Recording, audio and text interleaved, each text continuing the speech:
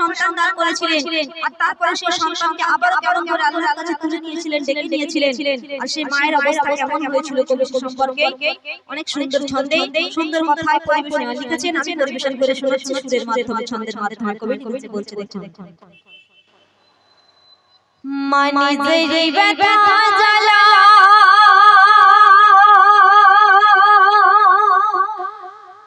গো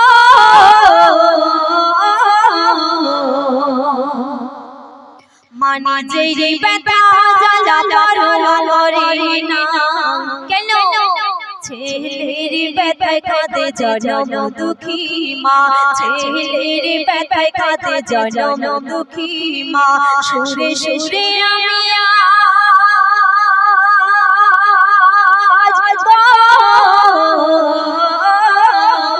সুরে সুরে আমি আজ শোনাবো যে ঘটনা, তাহা শুনে দু নয়নে আসিবে গো কান্না, তাহা শুনে দু নয়নে আসিবে গো কান্না।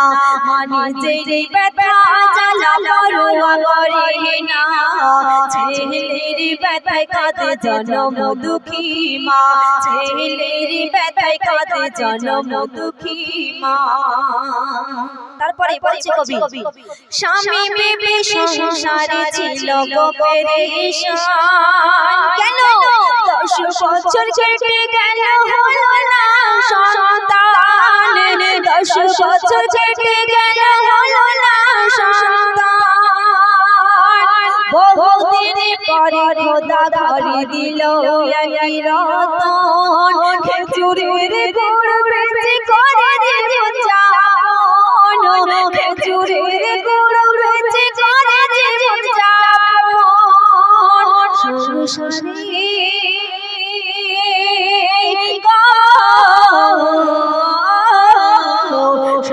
সংসারে চলে এলো খুশির মোহনা, সেই সময় ঘটে গেল এক দুর্ঘটনা, সেই সময় ঘটে গেল এক দুর্ঘটনা।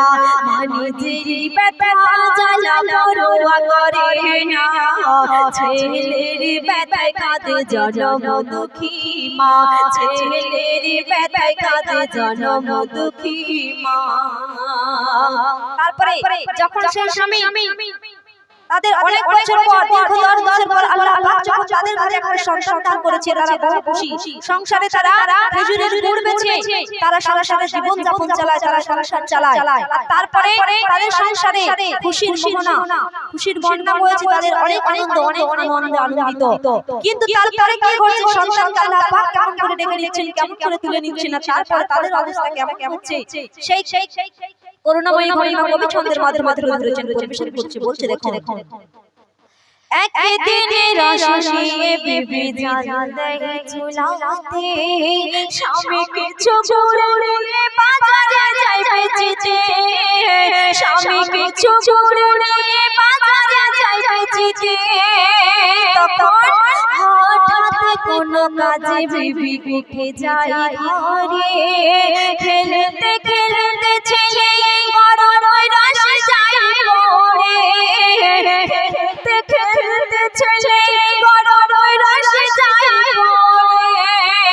তাই ছটফট চিৎকার করে ছেলে প্রাণে মারা যায়, ছুটে এসে দেখে কোলে লাল তুলে নেয়, মা ছুটে এসে দেখে কোলে লাল তুলে নেয়। মায়েরই হাত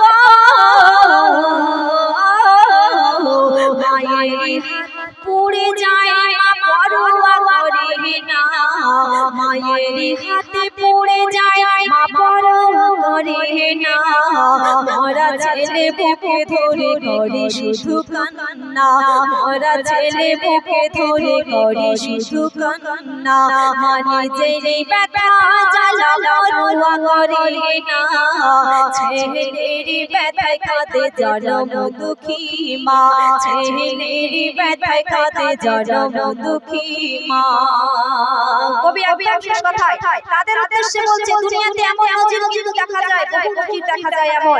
তাদের উদ্দেশ্যে করে কবি শেষ কথায় কি লিখছে, বলছে দেখুন, কারো যদি ছোট শিশু মারা যায় দুনিয়ায় আখিরাতে না যেতে পাবে তার ওসিলায় আখিরাতে না যেতে পাবে তার ওসিলায় কেন বেহিসাবে ওই শিশু জান্নাতে যাবে যখন আল্লাহর কাছে বাবা মারে আরজি করে তখন আল্লাহর কাছে বাবা মারে আরজি করে তখন কি বলে ও খোদা জান্নাতে দিতে যখন আমার ও খোদা জান্নাতে দিতে যখন আমার যাব না গো জান্নাতে আমি ছেড়ে মোর বাবা মার যাব না গো জান্নাতে ছেড়ে মোর বাবা মার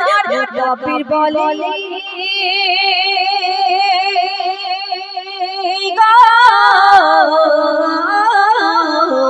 কবির বলে দুঃখ পেও না ওই ছেলের সাথে জান্নাতে যাবে তার বাপ মা ওই ছেলের সাথে জান্নাতে যাবে তার বাপ মা ওই ছেলের সাথে জান্নাতে যাবে তার বাপ মা।